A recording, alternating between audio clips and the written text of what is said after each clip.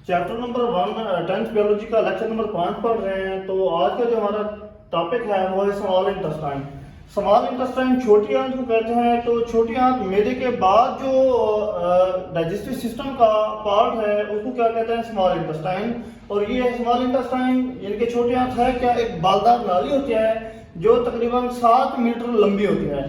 तो इसके अंदर इसके बेसिकली 3 हिस्से होते हैं। पहले हिस्से का नाम क्या है, डिड्यूनम है। डिड्यूनम की लंबाई है तकरीबन 25 सेंटीमीटर, 25 सेंटीमीटर लंबी नाली होती है। और जबकि इसका जो दूसरा हिस्सा है वो है जिजिनम।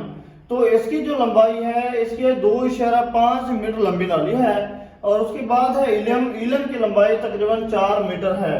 तो ये 3 पार्ट्स हैं, 3 हिस्से हैं इसके। पहले हिस्से का नाम क्या था, डिड्यूनम, दूसरे हिस्से का नाम जिजिनम और तीसरे हिस्से का नाम क्या है, इलियम। तो हम पहले हिस्से को पढ़ रहे हैं। तो भी पहले हिस्से में ज्यादातर डाइजेशन का जो प्रोसेस है वो किस हिस्से में होता है, पहले हिस्से के अंदर होता है। तो हम डिड्यूनम को पढ़ रहे हैं जो पहला हिस्सा है। तो हमने जब डाइजेस्टिव सिस्टम को पढ़ा था तो हमने पहले पढ़ा था कि ये एलिमेंट्री कैनाल पर मुश्तमिल होता है। और उसके साथ ही हमने कहा था कि इसके साथ कुछ मददगार आज़ा शामिल होते हैं। उन मददगार आज़ा में हमने जिगर भी पढ़ा था और उसमें हमने लिबलबा इनके पैंक्रियाज भी पढ़ा था। हमने कहा था कि इनकी सेक्रीशन खारिज होती हैं जो कि डाइजेशन में हेल्प करते हैं। अब हम उन सेक्रीशन की बात करेंगे। ये स्मॉल इंटेस्टाइन में इन सेक्रीशन ने खारिज होना है, रतूबतों ने खारिज होना है। और ये रतूबतें निज़ाम में डाइजेशन में किस तरह से हेल्पफुल है वो हम अभी देख रहे हैं। तो डिड्यूनम के अंदर क्या होना है, अब जिगर और लिबलबा इनके पैंक्रियाज के सेक्रीशन खारिज होनी है। तो जो पहले जिगर की सेक्रीशन की बात कर रहे हैं, तो जिगर क्या खारिज करता है, बाइल। जिगर जो रतूबत खारिज करता है उसका नाम क्या है, बाइल। और बाइल किसके जरिए मुंतकिल होती है, एक नाली है उसका नाम क्या है, कॉमन बाइल डक्ट। तो ये बाइल किसके जरिए आएगी, कॉमन बाइल डक्ट के जरिए जिगर की रतूबत है ये आएगी डिड्यूनम नाली के अंदर मुंतकिल हो जाएगी। बाइल जो मुंतकिल हुई बाइल डक्ट के जरिए कहाँ मुंतकिल हुई, डिड्यूनम के अंदर। तो उस बाइल के अंदर मौजूद होते हैं नमकियात। उन नमकियात का काम क्या होता है, ये नमकियात फैट्स को कतरों में तब्दील कर देते हैं और उसको दूध या सार बना देते हैं, लिक्विड बना देते हैं। और ये जो फैट्स होती है ये फिर कतरों की सूरत में ये कतरे अलग अलग हो जाते हैं। फैट्स ठोस हालत में थी, ठीक है, ठोस से किसमें मुंतकिल हो रही है, उसको कतरों के अंदर तब्दील किया जाता है और वो कतरे क्या हो जाते हैं, फिर अलग अलग हो जाते हैं। इस सारे अमल को क्या कहते हैं, एमल्सिफिकेशन। ये एमल्सिफिकेशन बहुत अहम तारीफ है। इसको आपने क्या करना है, समझना है कि जो जिगर ने जो रतूबत खारिज की है उसका नाम बाइल था। वो बाइल डक्ट के जरिए मुंतकिल हुई है और उस बाइल के अंदर जो नमकियात मौजूद थे उन्होंने फैट्स को क्या किया, कतरों में तब्दील कर दिया और दूधिया स्याह माए बना दिया। और उनको फैट्स को छोटे छोटे कतरे जो है वो अलग अलग हो गए।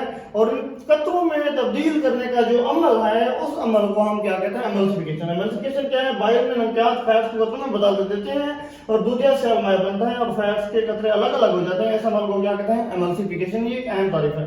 उसके बाद दूसरी बात हमें क्या की, भी 2 चीजें थी, एक तो क्या था जिगर और दूसरा था लिबलबा इनके पैंक्रियाज। अब पैंक्रियाज क्या खारिज करता है, इसकी रतूबत का नाम क्या है, पैंक्रियाटिक जूस। और ये पैंक्रियाटिक जूस भी पैंक्रियाटिक डक्ट के जरिए, नाली के जरिए मुंतकिल होता है। कहाँ मुंतकिल होता है, ये भी मुंतकिल होता है उसी डिड्यूनम के अंदर मुंतकिल होता है।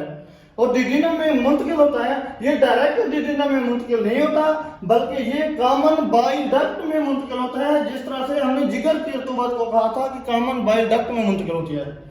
और उसके बाद कॉमन बाइल डक्ट उसको कहाँ के लेके जाते हैं, डिड्यूनम के लेके जाती है। और ये जो पैंक्रियाटिक जूस था इसके अंदर क्या चीजें मौजूद होती हैं, इसके अंदर एंजाइम मौजूद होते हैं।